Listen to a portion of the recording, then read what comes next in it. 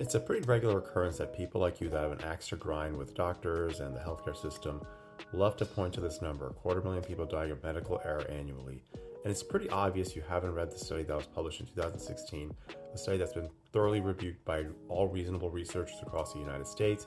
You just like to use the headline, you like to come in the comment section to highlight this number without clear understanding this really important topic and the actual numbers. I'll help you out a little bit.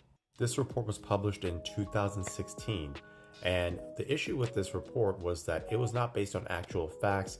It wasn't based on death causes on death certificates. It was based entirely on projections and assumptions based on a lot of the issues that currently exist in our healthcare system. It wasn't hard numbers, it was estimates. And these estimates were wildly high, which created a big stir in the healthcare community to conduct further studies because no one believed the numbers were that high. And since then, many other studies have been published that actually give us better accurate projections. And it's pretty obvious you haven't read those studies. And why would you? Because it doesn't fit your narrative. This was a much more thorough and better analysis, and it estimated between 1990 and 2016 that number is actually more about 125,000. That's over 20 years, 125,000 deaths from medical error. Still a significant number, but certainly not a quarter million annually.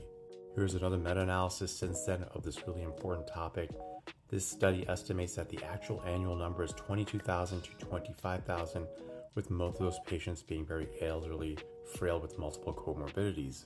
So this is a real serious topic. It's an actual problem. It really exists, and it's something, of course, we all need to improve upon and make that number as close to zero as possible. But it doesn't help that pseudo-medical creators without proper knowledge, training, background, who don't understand research, simply like to read headlines of crappy studies and spread misinformation in comments and their own contents in social media like you are. I also find it rather funny that in the comment you say nutrition is your scope, yet you continue to comment on things that are completely not in your scope.